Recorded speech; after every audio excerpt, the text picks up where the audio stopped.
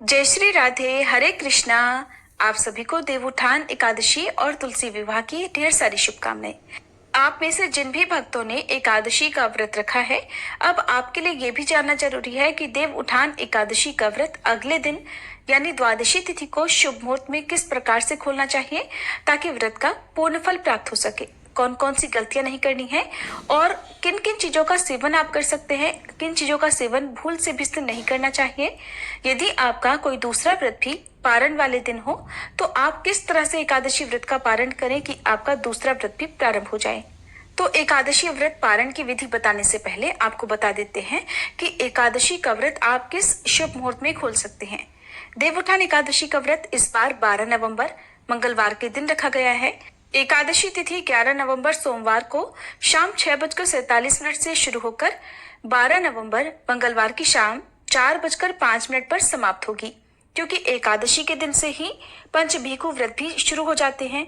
इस बार 11 नवंबर को क्योंकि एकादशी तिथि शाम से शुरू हो रही है तो ऐसे में व्रत तो 12 नवंबर से रखा जाएगा, लेकिन पंचभीखु व्रत चाहे तो आप 11 नवंबर से शुरू कर सकते हैं। यदि आप 12 नवंबर से शुरू करेंगे तो आपको 5 की जगह इस बार केवल 4 ही दिन व्रत रखने के लिए मिलेंगे। द्वादशी तिथि 12 नवंबर मंगलवार की शाम 4:06 से शुरू होकर 13 नवंबर बुधवार को दोपहर 1:01 पर समाप्त होगी। द्वादशी तिथि लगते ही हरिवासर का समय भी शुरू हो जाता है।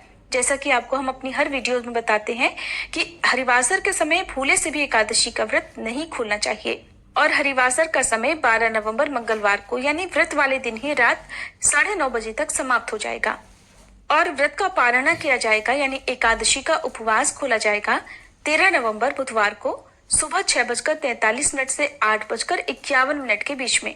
ध्यान रखिएगा कि आपको केवल सुबह का ही मुहूर्त प्राप्त होने वाला है इस बार, क्योंकि द्वादशी तिथि केवल दोपहर तक ही है। दोपहर के बाद तिथि समाप्त हो रही है और उसके बाद त्रयोदशी तिथि प्रारंभ हो जाएगी। त्रयोदशी तिथि प्रारंभ होने के कारण इस बार बुधवार के दिन ही प्रदोष व्रत भी रखा जाएगा। व्रत रखने वाले भक्तों को द्वादशी तिथि के दिन स्नान आदि से निवृत्त होने के बाद मंदिर में गंगा जल छिड़ककर धूप दीप जलाकर भगवान विष्णु सहित माता लक्ष्मी जी, शालिग्राम भगवान जी और तुलसी माता का पूजन करना चाहिए। भगवान श्री कृष्ण और लड्डू गोपाल जी की पूजा सेवा भी इस दिन करनी चाहिए।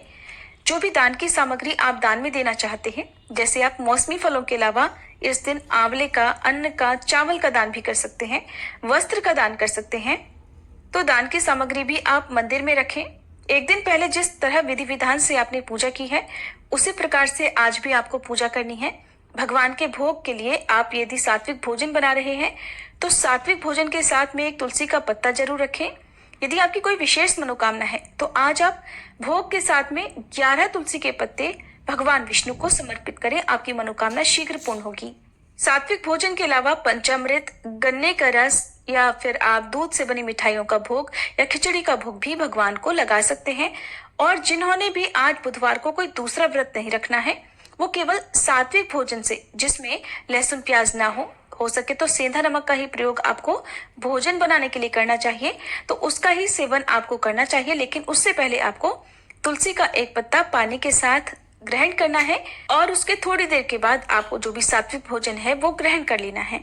यदि आपका कोई दूसरा व्रत है तो केवल आप तुलसी का पत्ता, पंचामृत या फिर आंवले का चूर्ण या आंवला ग्रहण करके भी अपना व्रत खोल सकते हैं। एकादशी के दिन आपने भगवान को जिन भी फलों का भोग लगाया है, द्वादशी तिथि को आपको उन्हीं को ग्रहण करके व्रत का पारणा करना चाहिए और अपनी सामर्थ्य के अनुसार इस दिन दान दक्षिणा भी जरूर देनी चाहिए। क्योंकि देवउठान एकादशी के दिन जगत के पालनहार भगवान विष्णु 4 महीने की योग निद्रा का त्याग करते हैं और ऐसे में द्वादशी तिथि को आप पूरे विधि विधान के साथ तुलसी माता की पूजा जरूर करें।